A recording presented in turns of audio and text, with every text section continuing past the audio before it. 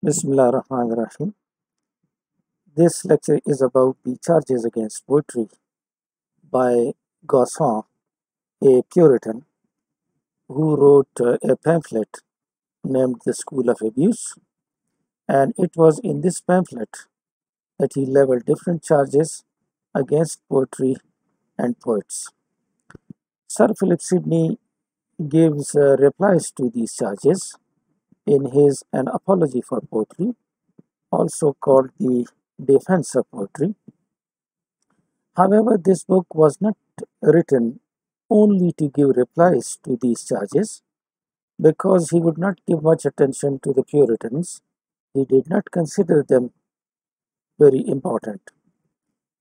Um, However, he could not ignore those charges, and towards the end or towards the last part of An Apology for Poetry, he gives his replies to these charges.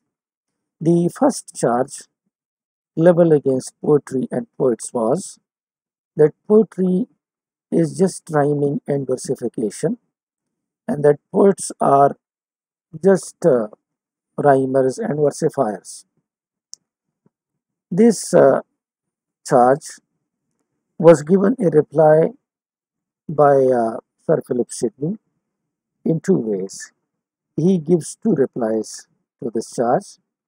His first reply is that it is not important and necessary for poetry to be just rhyming and versifying. Poetry can be written without rhyme and without versification. So these characteristics, the rhyming and the versification, according to Sir Philip Sidney, are not important for poetry. They are just the dress of poetry, and just like a person wearing a black gown cannot become a lawyer by only wearing this dress, in the same way, if poetry has only rhymes and versification, that poet, that lines or those lines cannot be referred to as poetic lines. So rhyming and versifying is not important for poetry.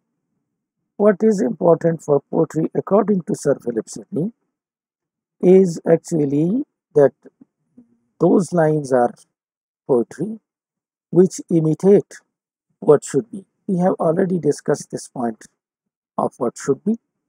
By what should be, he means models of virtue and poetic justice. This topic has been done before these charges in the live lectures in the classroom. So for those who are listening to this lecture, this recorded lecture only, we will later on record another lecture in which this should be will be explained in detail. So he thinks that poetry or those lines which contain what should be is actually poetry. Rhyming and versification for Sir Philip Sidney is not very important. He also talks about the importance of poetry and poets by referring to the Romans' views of the poets, because the Romans believed that the poet is the one who is inspired by gods, and thus giving a very respectable status to the poets. The same was the case with Greek people. They called him the poet. The word poet is a Greek word which means creator, once again giving the poet a very high and respectable status. According to Sir Philip Sidney, if something is inspiring, then it is poetry. It may not have rhymes and versification. Sir Philip Sidney gives the example of Plato. Plato wrote his dialogues in prose form, but even then, these dialogues are referred to as poetry, and this is the example of the one who hasn't written in rhymes and verse, and even then, it is considered to be poetry. So, this objection or this charge is given reply in this way, that rhyming and versification is not important for poetry. Gosson said rhyming and versifying. Poetry is just rhyming and versifying. And Sir Philip Sidney says that this is not important for poetry. Something which is important is what should be. Sir Philip Sidney used the words what should be. Aristotle had used the words what ought to be and might be. And his explanation of what should be is quite different from Aristotle. This was the first reply. The second reply he gives to Gaussen is that what's wrong with versification, with rhyme and meter?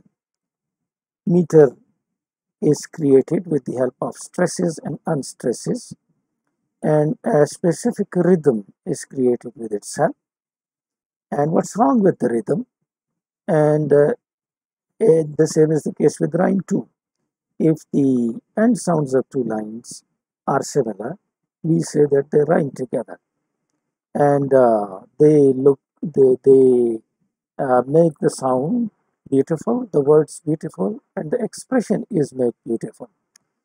So there is nothing wrong with rhyming or with meter, because they make the gift of expressing your thoughts more beautiful, and meter adds to your delight. It is a source of delight, it is a source of beauty, and it makes the lines sensuous in the sense that you can sense it with the help of your ears, and it has that emotional quality. All musical things have the emotional qualities, and therefore they make it sound beautiful, sound delightful, sound sensuous, and it makes the things better. So what's wrong with meter and rhyme then? So this is this two-pronged reply to this charge. Poetry is rhyming and versifying, Gaussen tells us, and the reply is that rhyming and versifying is not important for poetry.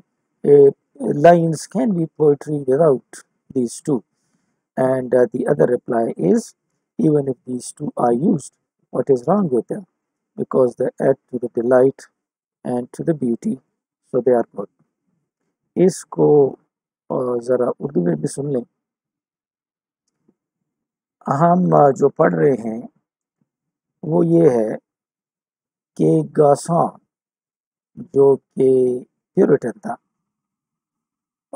और इसने एक pamphlet लिखा, the school of abuse, और उस pamphlet में इसने poets और poetry के ख़िलाफ़ चार्जेस लिखी।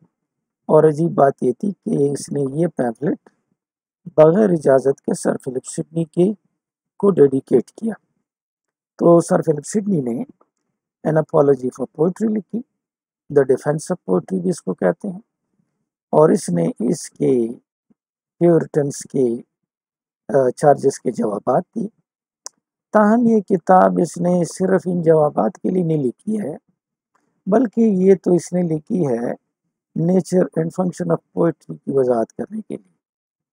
और ये हिस्सा nature and function of poetry ये इन चार्जेस से पहले हम पढ़ा चुके हैं।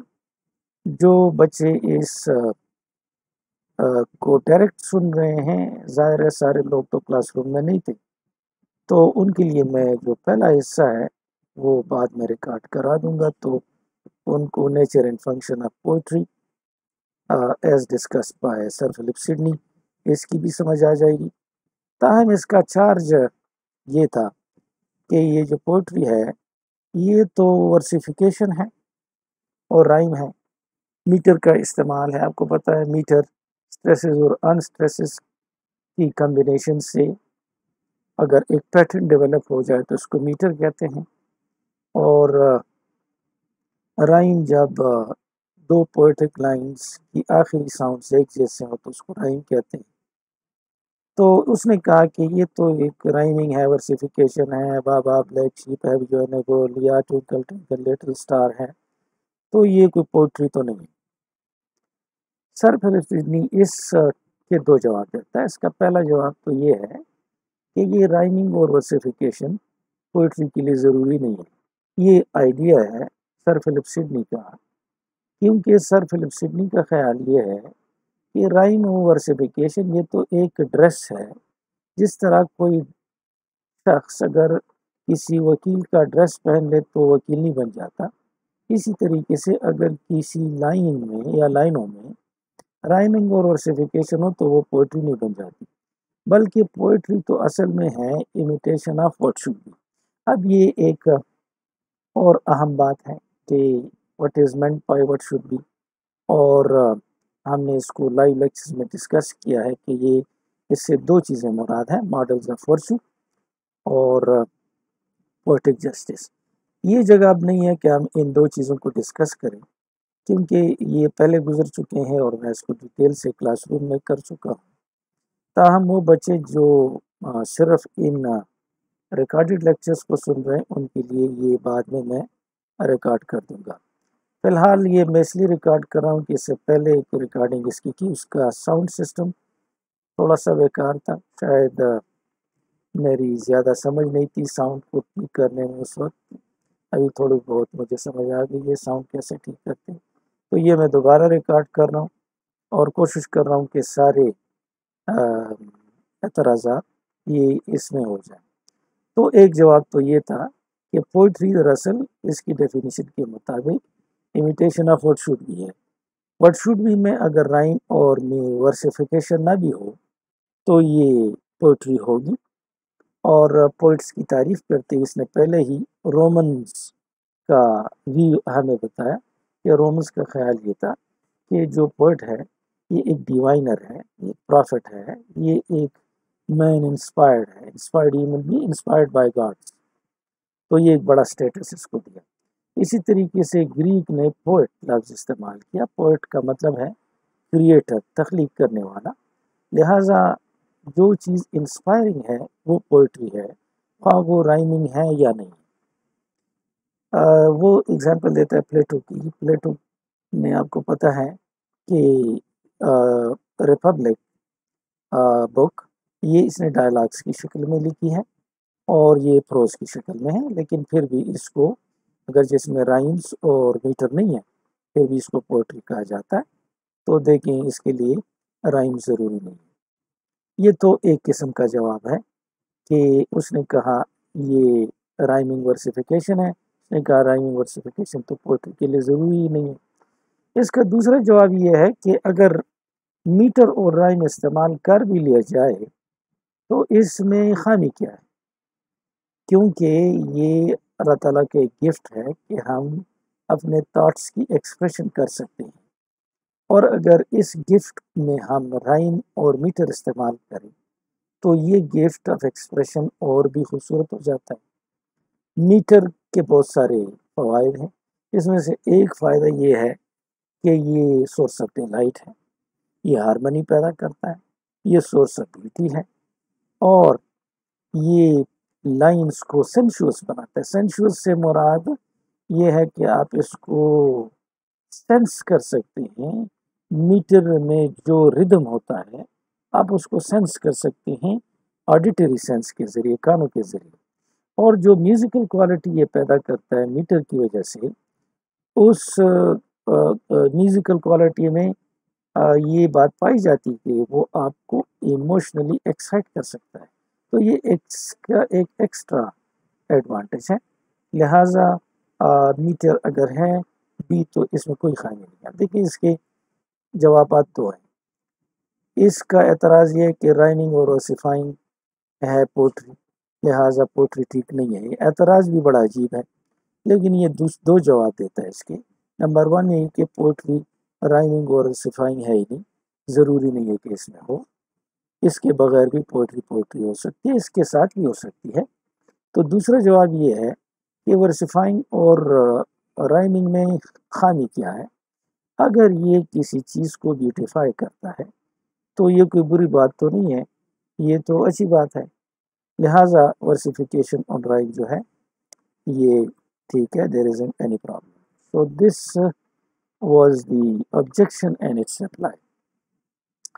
Let us come to this second objection.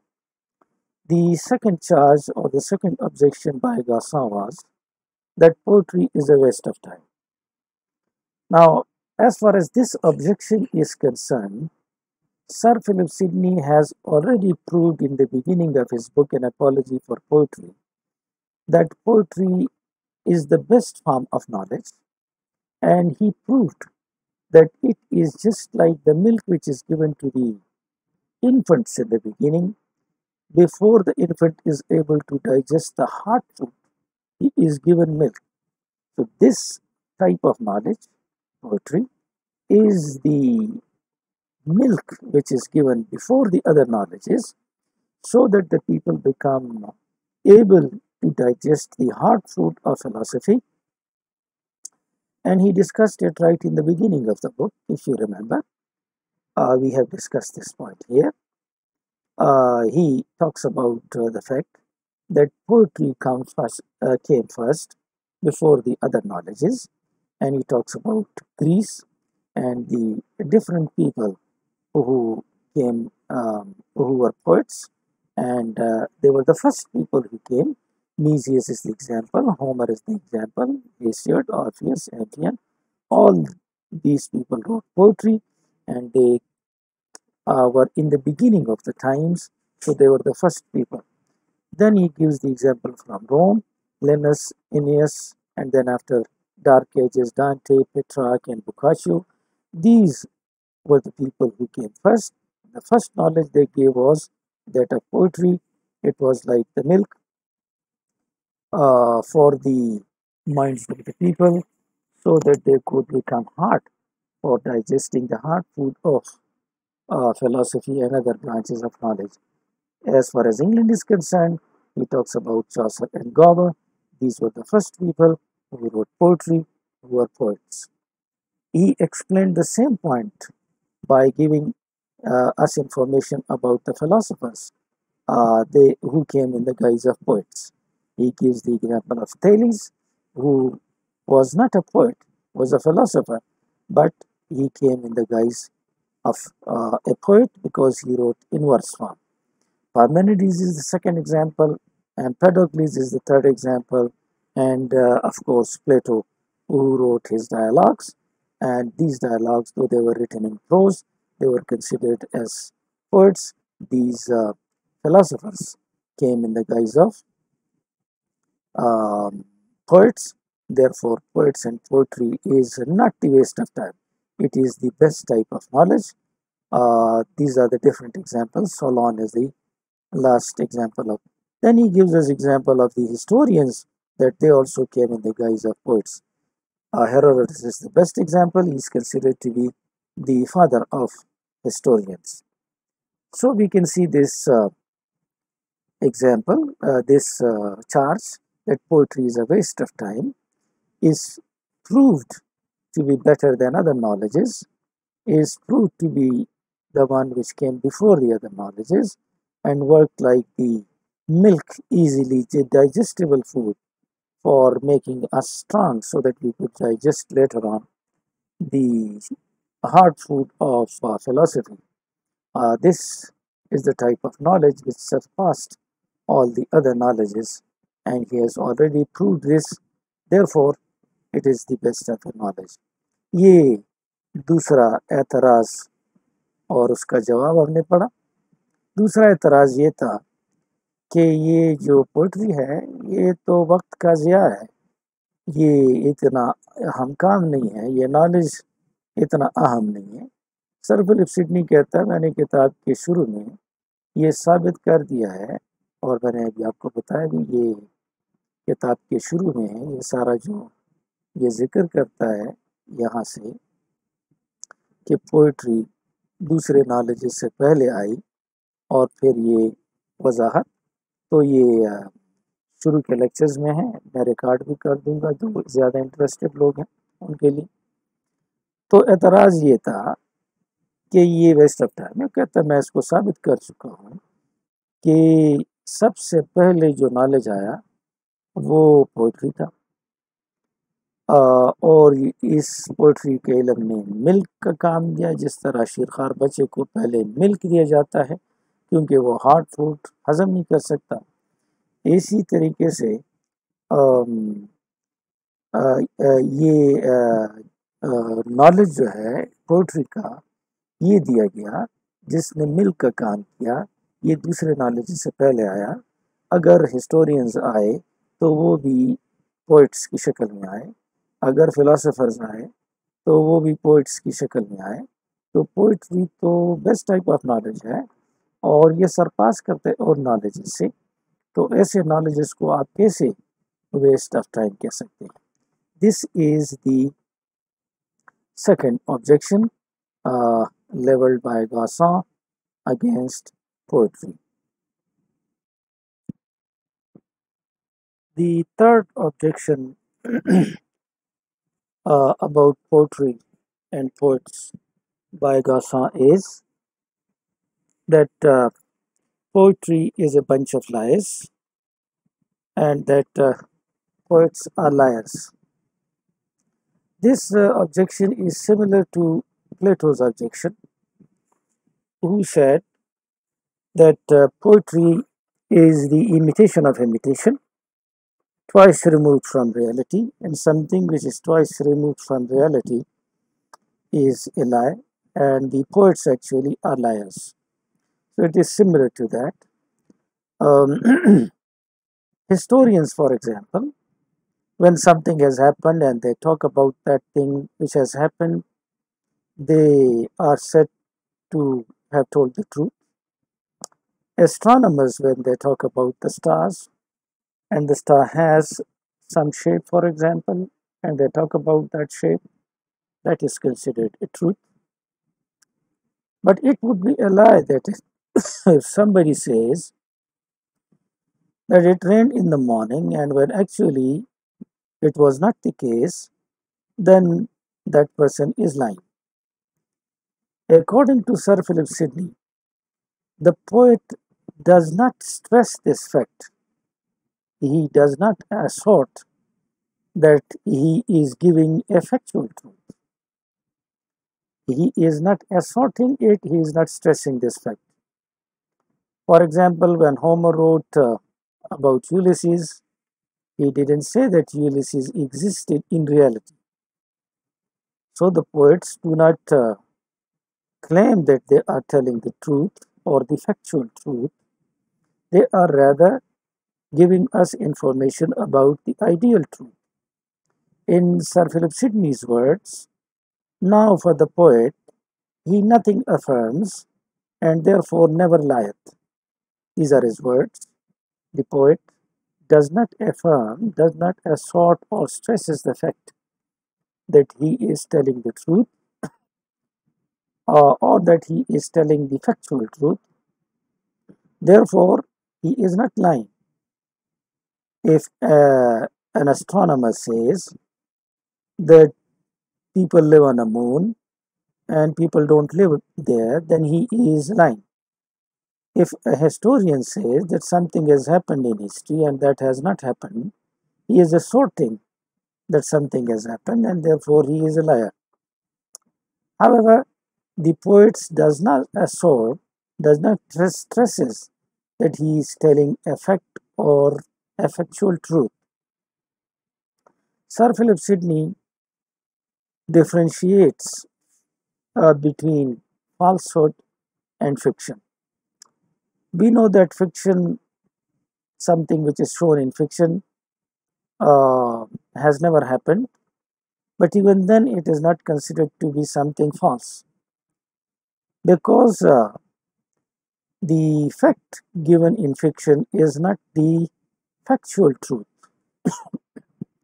The truth given in fiction is not a factual truth, it is considered to be an ideal truth. This idea of the ideal truth has been discussed in the lectures about Aristotle, where he tells us that poetry has the truth of the ideal possibilities of things, and that meaning of the ideal truth is explained there. However, we say here that in fiction, when something is told to us, the poet does not claim that he is telling you the factual truth. He is claiming the ideal truth, the truth which nobody has seen, but which, with the help of reasoning and rationality the poet could see, and therefore he could project that ideal truth, which is a kind of creation. Plato also believed in the ideas, and for him, ideas was the best thing. And the thing is not that important. It isn't as important as the idea behind it is important. So the truth of poetry is the truth of idea behind the things. It isn't the factual truth. So this is his charge and the reply to this charge. According to him, poetry is a bunch of lies and poets are liars. According to Sir Philip Sidney, the poets are not affirming, they are not stressing or claiming that they are telling the factual truth, and the one who is not claiming or stressing that he is telling the factual truth is not a liar. And examples are given and the thing is explained. His own words are these are important. Now for the poet he nothing affirms and therefore never lieth. ये तीसरा objection था और इस objection के मुताबिक poets जो हैं वो झूठे हैं और जो पोइट्री वो लिखते हैं वो झूठ का पलंदा है। ये इसका ऑब्जेक्शन है। मसलन अगर कोई हिस्टोरियन है और वो किसी चीज़ के बारे में लिखता है, वो हुआ है, तो ये ट्रूथ है। एस्ट्रोनॉमर किसी चीज़ के बारे में बात कर रहा है, किसी स्टार के बारे में, और वो उस तरह का है, तो ये ट्रूथ है। लेकिन अगर कोई कहे कि सुबह बारिश हुई है और दरअसल में नहीं हुई है, तो ये झूठ है। पोएट ये नहीं कहता कि मैं सच बता रहा हूँ, या ये नहीं कहता कि मेरा ट्रूथ फैक्चुअल ट्रूथ है। वो ये दावा नहीं कर रहा है कि मैं फैक्चुअल ट्रूथ बता रहा हूँ। मसलन होमर ने अगर यूलिसीज लिखा तो वो ये नहीं कहता कि यूलिसीज एग्जिस्टिंग पर्सन है और ये एक्चुअली कोई बंदा गुजरा है। और इसके अपने अल्फाज ये हैं, now for the poet he nothing affirms and therefore never lieth. Poet दावा नहीं करता कि मैं ये बात सच कह रहा हूँ या फैक्चुअल ट्रूथ कह रहा हूँ, लिहाजा वो झूठा नहीं है। एस्ट्रोनॉमर्स झूठ बोल सकते हैं, अगर कोई चीज़ एक तरह की नहीं है, वो कहता है इस तरह है और वो नहीं है, तो ये झूठ है। हिस्टोरियन झूठ बोल सकता है क्योंकि वो चीज़ को मसख कर सकता है। लेकिन फिक्शन राइटर, पोइट्री राइटर, वो झूठ नहीं बोलता क्योंकि वो इसको अफर्म ही नहीं करता कि वो फैक्चुअल ट्रूथ बोल रहा है। फॉल्सहुड और फिक्शन में फ़र्क है। फिक्शन में चीज़ें तो वही बताई जाती हैं जो हुई नहीं है, लेकिन ये फॉल्स इसलिए नहीं है कि ये आइडियल ट्रूथ के बराबर है। अगर कोई चीज़ सच होती तो वो कैसे होती? पोएट आपको बताता है, राइटर आपको बताता है, और इसी को आइडियल ट्रूथ का नाम दिया जाता है। तो फिक्शन और फॉल्सहुड में ये फ़र्क है। फॉल्सहुड झूठ है और फिक्शन ट्रूथ है, लेकिन ये फैक्चुअल नहीं है, ये आइडियल है। जिस तरह एरिस्टोटल ने भी कहा है कि पोइट्री में जो ट्रूथ पाया जाता है ये आइडियल पॉसिबिलिटीज़ का ट्रूथ है कि एक चीज़ अगर ट्रूथ होगी तो कैसे होगी, राइटर ये रिप्रेजेंट करता है। और प्लेटो ने भी आइडिया ही को पसंद किया है और चीज़ों को उसका साया कहा है। तो ट्रूथ जो आइडियल ट्रूथ है, it is better than the factual truth, और ये एक फिक्शन राइटर और एक पोएट हमें बताता है। तो ये तीसरा चार्ज है, ऑब्जेक्शन है, और ये इसका जवाब है।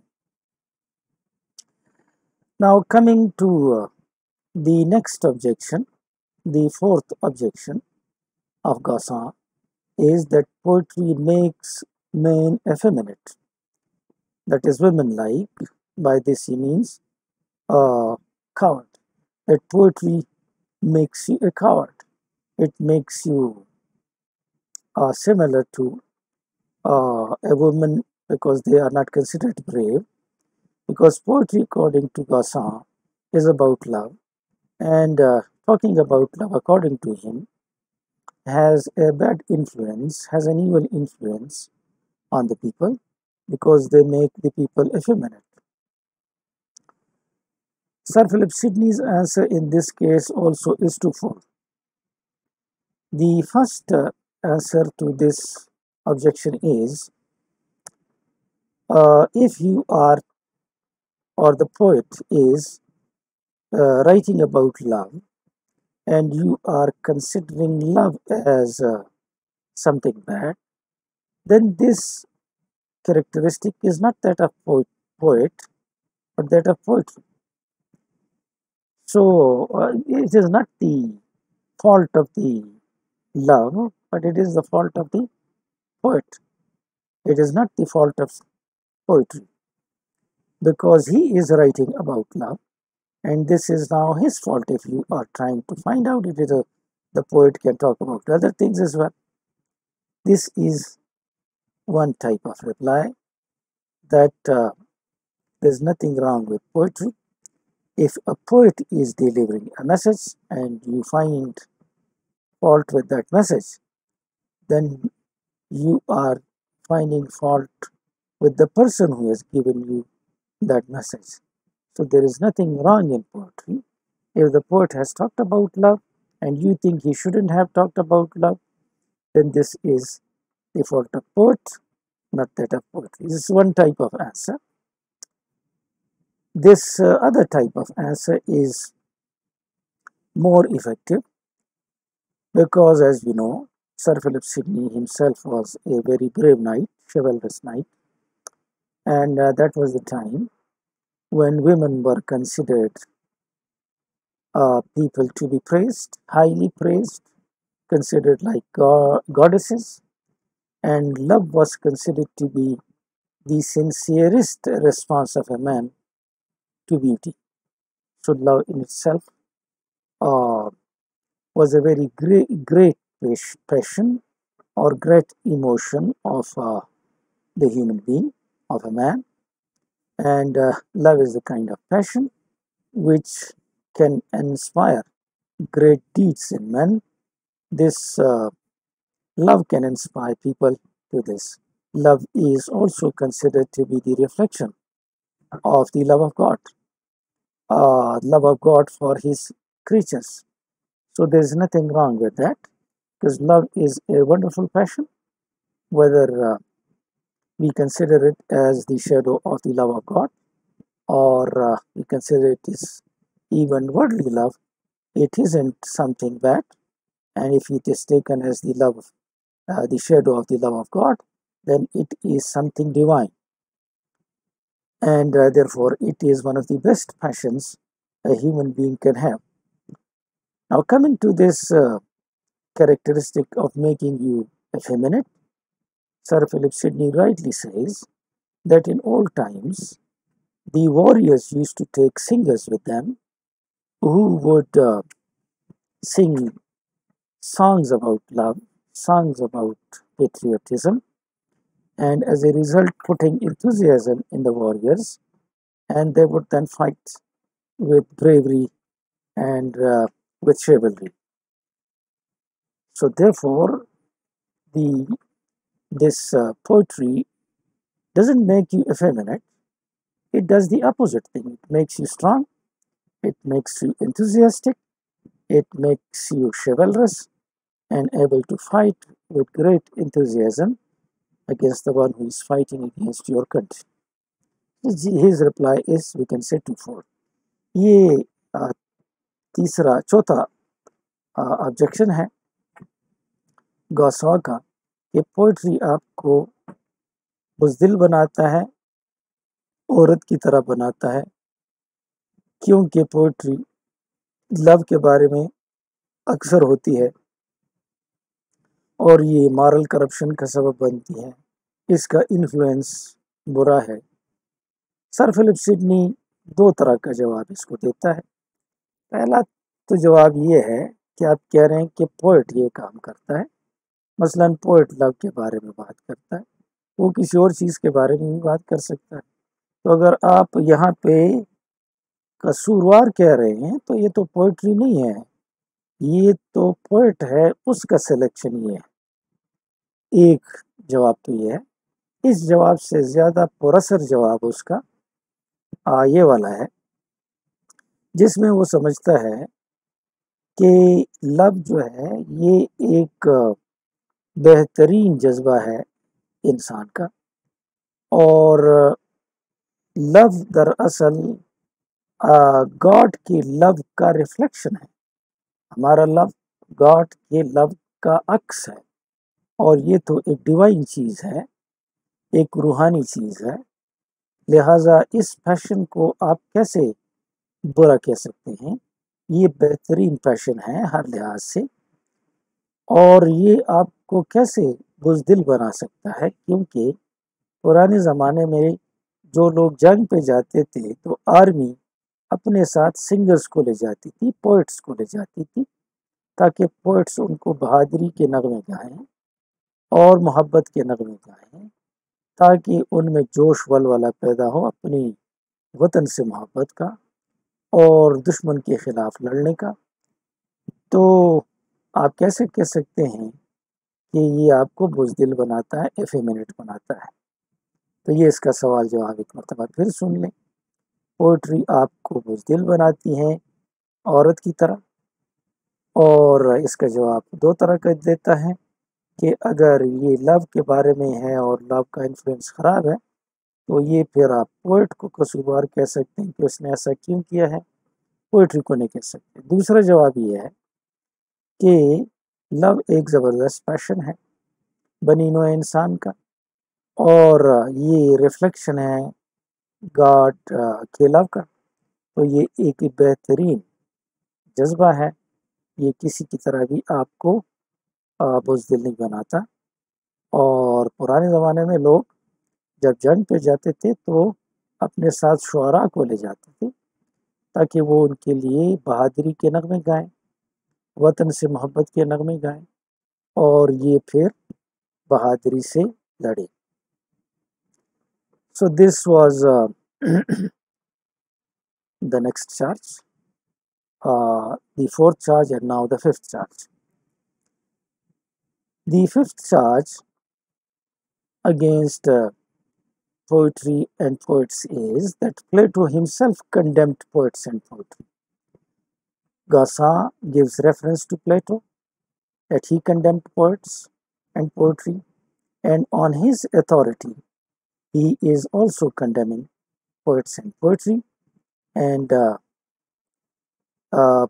Plato banished poets from his republic, an ideal state.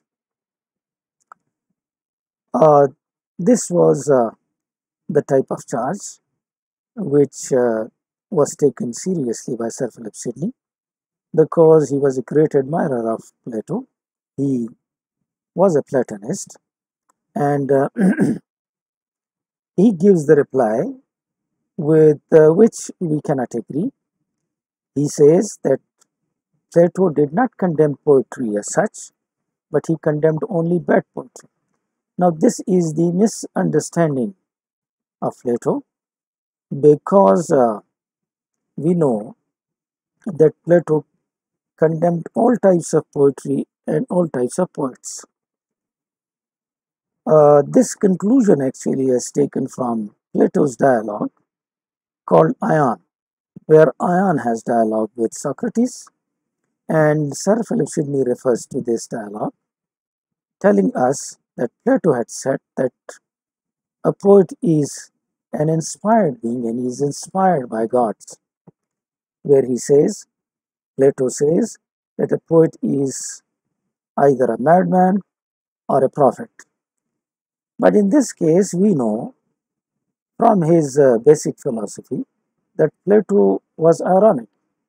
He, by saying that either the poet is a prophet or a madman, he thought that he is a madman, because when he writes something, he is possessed by the muses, and he is out of his mind, and someone out of his mind is not in his senses, and therefore a mad person, because he is possessed there.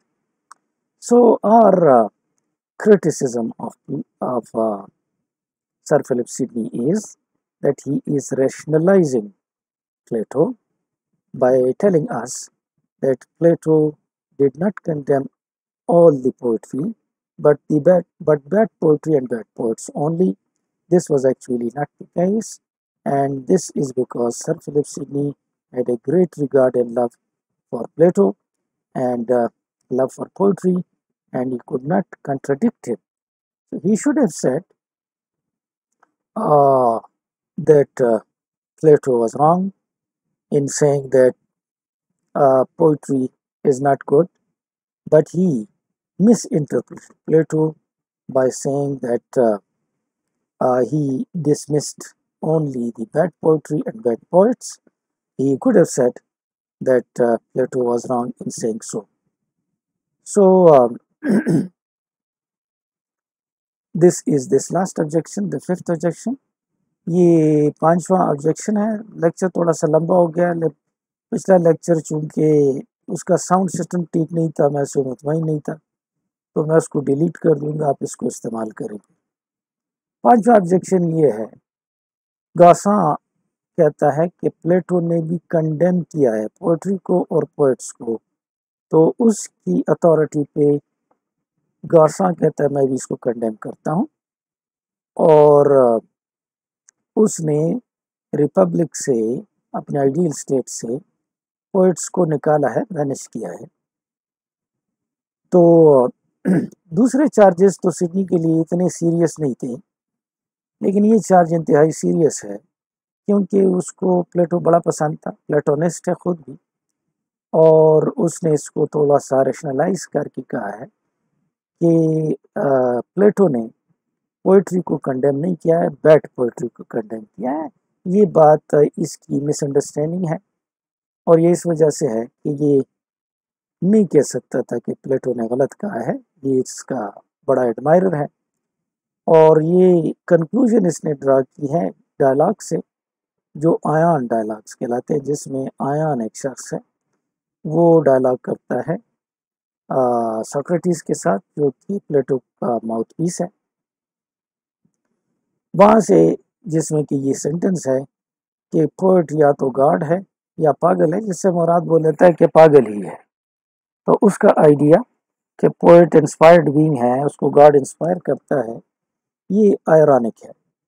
तो उसका मतलब ये था कि ये पागल ही है, क्योंकि ये म्यूजेस इसको पोजेस करते हैं, गॉड्स और गॉडेसेस, और यूँ वो बात जो करता है आउट ऑफ हिज माइंड करता है, तो ये पागल हुआ.